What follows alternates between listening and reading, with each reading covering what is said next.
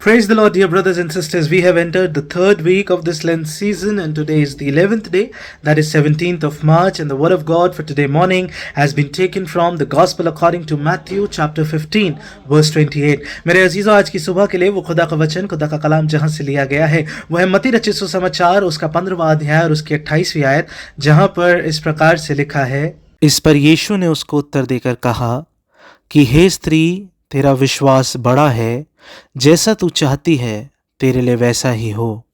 Then Jesus answered her, Woman, great is your faith. Let it be done for you as you wish. मेरे अजीजों, पिछले हफ्ते में होते हुए आपने मैंने देखा खुदा अपने कलाम के जरिए आपको और मुझे बताना चाहता है कि ज़रूरी है इन रोज़ों के दिनों में होता है आप और मैं खुद को छोटा कर ले, दीन कर लें। और जब आप और मैं खुद को दीन करते हैं तो इस तीसरे हफ्ते में होते हुए वो परमेश्वर आपके और मेरे ईमान को बढ़ाना चाहता है। वो कहता है, हे स्त्री, तेरा ईमान बड़ा है। और इस कलाम को जब आप और मैं पढ़ते हैं तो यहाँ पर जिक्र है एक कनानी स्त्री का, मेरे अजीजों, और उसकी बेटी को एक दुष्ट आत्मा सता रही थी और वो खुदावंद यीशु मसीह के पास आई और उससे कहने लगी कि हे परमेश्वर, मेरी मदद कर।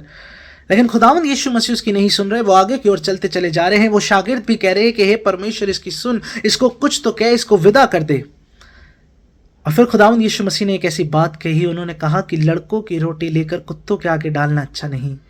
और आप जानते हैं इस पर उस स्त्री ने क्या कहा? उस कुरानी स्त्री ने कहा कि हाँ प्रभु, लेकिन वो चूर चार जो मालिकों की मेज से गिरता है, कुत्ते भी उससे खाते हैं। और ये उसका कहना दर्शा गया उसकी दीनता को, उसकी हलीमियत को। और जैसे ही खुदावंद यीशु मसीह ने सुना, वो कहने लगा कि हे स्त्री, इसका ईमान बड़ा है, इसका विश्वास बड़ा है। मेरे अजीजों, जब आपने और मैंने खुद को दीन किया है तो इन रोज़ों के दिनों में होते हुए खुदा आपके और मेरे ईमान को बड़ा करना चाहता है। वो आपके और मेरे विश्वास को बड़ा करना चाहता है। That Canaanite women refused to give up even when it seemed Jesus was not listening.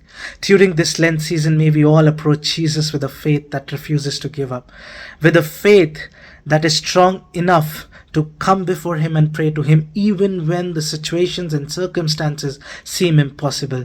मेरे अजीजों, चाहे परिस्थितियां कैसी भी क्यों ना हों, सिर्फ हलीमियत के साथ परमेश्वर के सामने आ जाइए, क्योंकि वो आपके और मेरे ईमान को बढ़ाने वाला है। Praise God. आज के इस दिन में खुदा आप सबके साथ हो। Have a blessed day today, have a blessed week, and have a blessed Lent season. God be with you all. Praise the Lord.